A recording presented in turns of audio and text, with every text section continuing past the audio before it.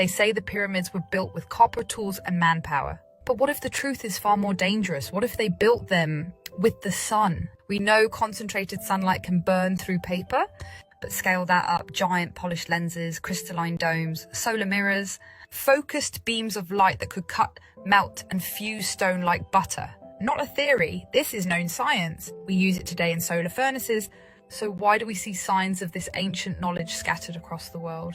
Stone blocks in Peru and Egypt, no chisel marks, no quarry lines, just melted edges, vitrified surfaces, joints fused with such precision that not even a hair can slip between them.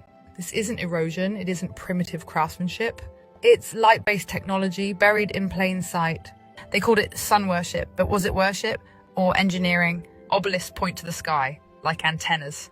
Temples aligned to solar equinoxes. Sun gods, eyes of Ra, flames of the heavens, like these weren't just metaphors. They were instructions, memories, warnings. The myths say gods gave man fire, but never said how. Maybe the fire wasn't from the earth, but from the sky. And maybe we didn't lose the knowledge, maybe it was taken. Let's look at the evidence, the things they never taught us in school. In Peru, at places like Sacsayhuaman and Ollantaytambo, stone blocks weighing hundreds of tons are fit together like a 3D puzzle.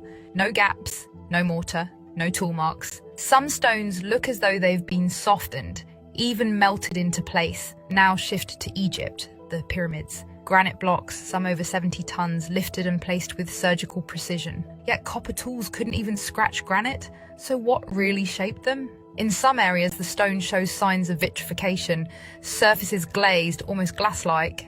This isn't natural erosion. It's what happens when stone is exposed to intense heat, the kind modern kilns or solar furnaces produce. Modern science has recreated this. In France, the Odilio solar furnace uses mirrors to concentrate sunlight. It melts rock, vaporizes metal. So if we can do it now, why not thousands of years ago? And what if the ancients didn't just harness the sun, but understood it better than we do? Some believe they crafted giant lenses made from crystal, obsidian, or materials now lost. They've even found optical lenses in ancient Mesopotamia, dated over 3,000 years old. If small ones existed, who's to say larger ones didn't? What we're seeing around the world, aligned temples, melted stone, fused blocks, isn't myth. It's the residue of solar technology, a tech erased, buried, and misnamed as primitive. Ask yourself, why are so many ancient sites sun-aligned? Why are there no tools left behind, only results that suggest energy and precision? Why do legends speak of gods who came from the sky bringing knowledge and fire? Because maybe that fire wasn't symbolic. Maybe it was solar, maybe it was weaponized, and maybe the reason we're told it's impossible is because the truth is too powerful. They say mythology is just story, but what if the stories were never fiction, just encrypted truth? Let's talk about the sun gods. In Egypt, Ra, the solar deity, god of creation. But Ra wasn't just worshipped, he was engineered into the architecture. Temples aligned perfectly with solar events, obelisks acting like giant sundials, maybe even solar conductors. The eye of Ra, not a symbol of watching, but of burning, of energy, of focused light. In almost every ancient civilization, the sun is central, but why? Why not the moon or the stars? Because the sun was power, literal, usable, world-shaping power. In the Vedic texts of India, gods used weapons of light.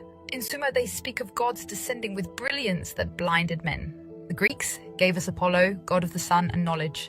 And in Mesoamerica, Teotihuacan literally means the place where men become gods. Its layout, solar, precise, intentional. All of them pointing to the same truth. The ancients didn't just worship the sun, they used it. And here's the trick. They encoded it in everything. In language, in stone, in ritual. Because the moment you turn power into a god, people stop asking how it works. The gods did it. No questions, no resistance, just obedience. What if sun worship was just the ritualized memory of lost technology? A way to preserve its secrets that hidden behind myth until someone remembered how to read it. And maybe that someone is you. Because we're not just talking about energy here. We're talking about control, memory, and a war to keep humanity in the dark. The truth was never gone. It was just hidden in plain sight. If ancient civilizations used the sun as a tool, then somewhere traces of that technology should still exist. And they do, hidden in plain sight, mislabeled, dismissed, or locked away as mystery artifacts. Let's start with the Nimrod lens, found in Assyria. A piece of polished rock crystal ground into a convex shape. They called it decoration, but some believe it was a working magnifying glass or even part of a telescope. In the Viking world, they found lenses made from Iceland spar, highly polished, optically perfect, not for jewelry, but for seeing, for focusing, maybe even burning. And what about the infamous Baghdad battery? A ceramic pot with a copper rod and asphalt plug. Was it a primitive battery, a healing device, or part of a larger energy system? Then there's the Roman dodecahedron. Dozens have been found across Europe. No one knows what they were for, but their strange symmetry and perfect holes suggest optics, alignment, or even light manipulation. But these aren't isolated. They're whispers of a lost world where technology wasn't metal and wires, but light, crystal, frequency, and sun. And let's not forget the mirrors. In China, archaeologists unearthed ancient bronze mirrors that reflect sunlight in strange, almost coded ways. In Greece, legends speak of Archimedes burning mirrors used to ignite enemy ships with sunlight. We're told that's impossible, but we recreated it in modern labs. It works, so the question isn't could they have done it? The question is, why are we told they couldn't? Why are these objects always written off as ceremonial, decorative, or coincidental? Why is anything that hints at advanced optics or energy use quietly swept under the historical rug? Because if we admit they had this tech 3,000, 5,000, even 10,000 years ago, then everything we know about human history breaks. And we're just getting started. So what if the sun wasn't just their power source?